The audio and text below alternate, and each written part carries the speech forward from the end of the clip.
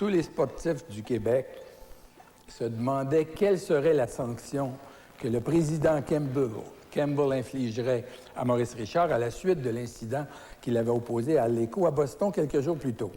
Il ne restait que 2 matchs à faire aux Canadiens et Maurice Richard avait des chances de remporter le championnat. Alors, la veille du match, qu'est-ce qu'on apprend? Non seulement Maurice Richard est suspendu pour les 2 derniers matchs de la saison, mais pour toutes les séries éliminatoires. Et M. Campbell, qui a pris cette décision, se rend au forum assister au match des 3 Canadiens, c'en était trop. Un spectateur l'attaque et l'émeute éclate.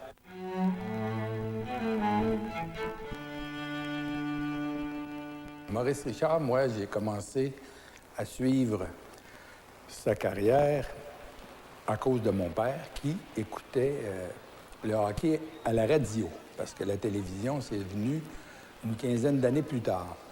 Alors, mon père écoutait à la radio avec Michel Normandin, qui faisait la description des matchs. Et quand le Canadien perdait, parce qu'il faut vous dire qu'à l'époque, le Canadien n'avait pas une tellement bonne équipe, perdait souvent.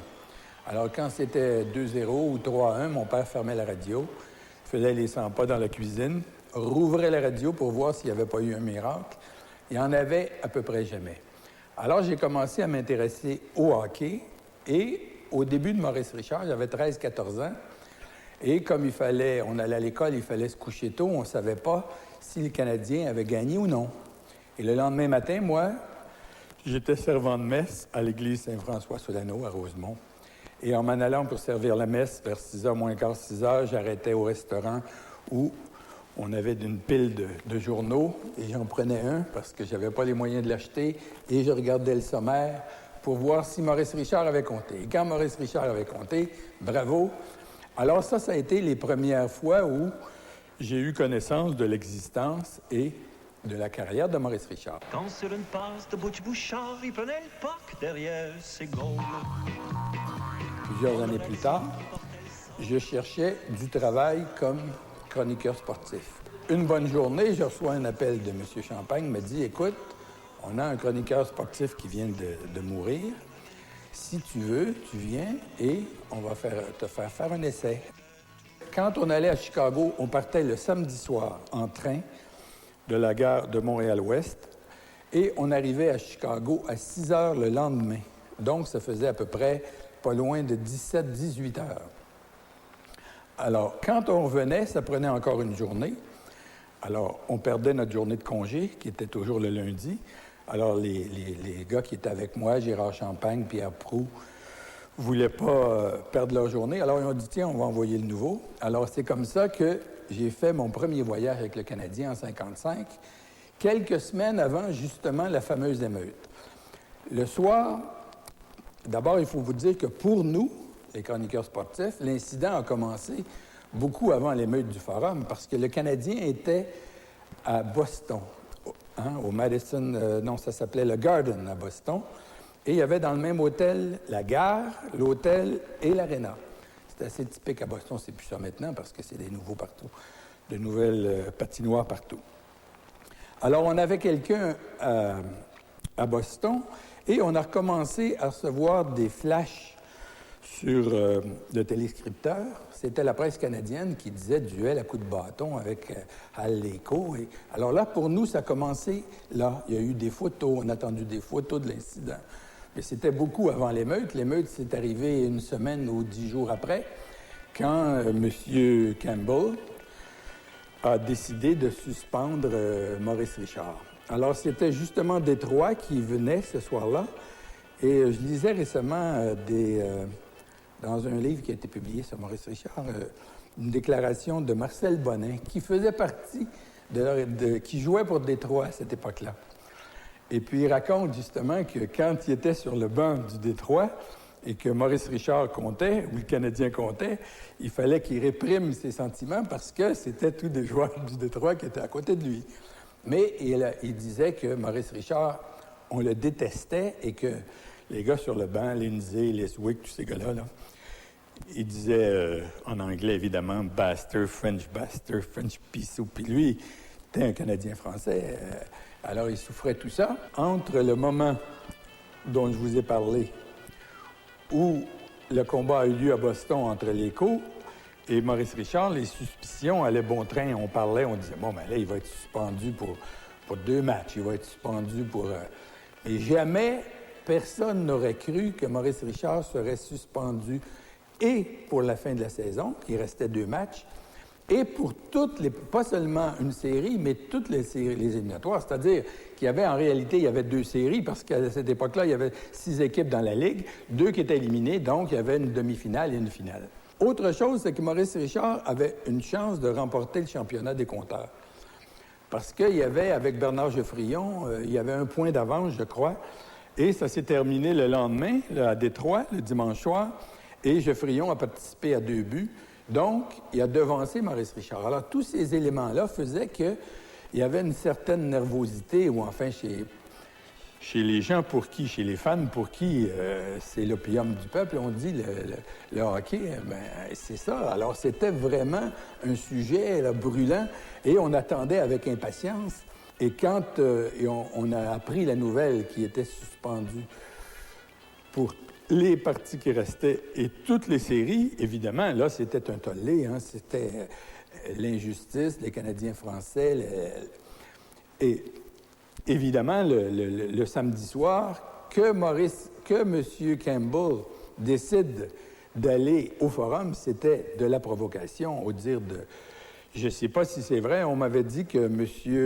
Drapeau, qui était maire à l'époque, avait demandé à M. Campbell de s'abstenir. M. Campbell s'est dit « Je suis président de la Ligue » et il est allé avec une secrétaire qui devait marier, je pense, un peu plus tard. Et pendant la première période, il était assis derrière le banc des visiteurs, là où le physiothérapeute, qui était Bill Head, se tenait régulièrement, parce que quand il y avait un blessé, évidemment, c'était tout près de la clinique. Alors, quelqu'un s'est approché avec une bombe, ou je ne sais pas ce que c'était exactement, et on l'a lancé en sa direction. Évidemment, le tapage et tout ça. Alors là, ça a été le début c'était la folie furieuse. On s'est rué vers les sorties, il y avait des bousculades partout. Et pourquoi on s'en est pris aux vitrines de la rue Sainte-Catherine ou tout ça? Je pense que c'est une espèce de folie collective là, qui doit probablement commencer par les jeunes, hein, probablement, certainement pas des hommes d'un certain âge avec une cravate et un chapeau. De toute façon, ça a pris beaucoup de temps, et moi, je lisais ça sur les dépêches. Alors, par bout, vous voyez ça, là, les policiers qui arrivent, les vitrines saccagées, mais ça fait du bruit longtemps, hein, et puis tous les journaux, tout le monde qui avait quelque chose à dire voulait dire là-dessus que Maurice Richard avait été vraiment mal, je ne sais pas, puni excessivement. À l'époque, je ne peux pas vous dire ce qu'il ressentait, mais il y a exactement 30 ans, quand ça fait 30 ans, c'est en 30, 65, 75, ou 40 ans. En 95, c'est moi qui le faisais.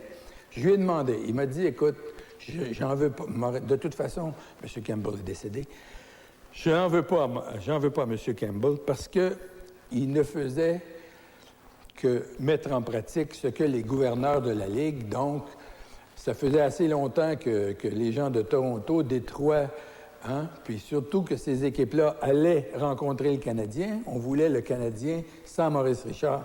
Et effectivement, il a été battu, le Canadien, en demi-finale. On aurait dit qu'il portait le sang de tout le Québec sur ses épaules.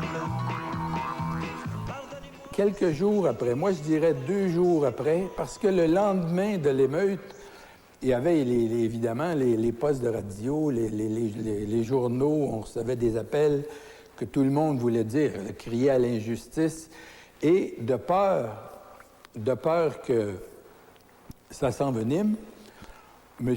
Selke avait demandé à Maurice Richard de parler à la radio et de demander aux gens qui acceptaient la punition, la suspension et de rester calme, un appel au calme.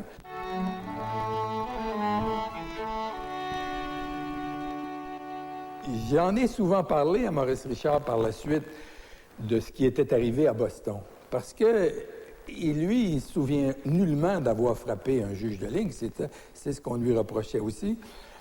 Je suis convaincu que je n'ai pas parlé à l'Écho, mais je crois que l'Écho est décédé il y a 2 ou 3 ans. Mais c'est certain, moi, pour avoir vu Maurice Richard à l'œuvre, pour avoir pénétré dans le vestiaire du Canadien après une défaite du Canadien, je peux vous dire que Maurice Richard, c'était vraiment impressionnant de le voir.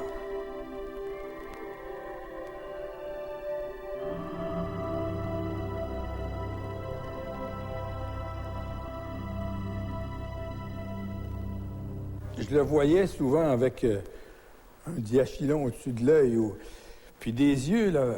Je lui ai dit ça après. Il dit, voyons, j'ai jamais frappé un journaliste de ma vie. Je dis, non, Maurice, mais figure-toi, un jeune homme, tu sais, à l'époque, on était jeunes plus longtemps qu'aujourd'hui, plus naïfs plus longtemps. Moi, j'avais 25 ans, 24, 25 ans, et je voyais Maurice Richard.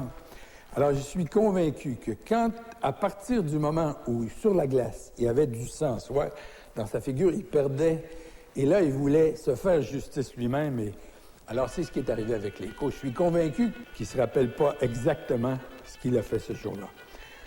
Que la punition était exagérée, pour moi, oui. Surtout qu'on voit aujourd'hui ce qui se passe, c'est qu'on donne un match de suspension à 1 000 $. Je pense qu'il y avait peut-être aussi, mais comme le dit Maurice, c'est probablement les gouverneurs, Toronto, Détroit, Boston, qui ont fait pression pour que M. le Président impose cette lourde pénalité à M. Richard.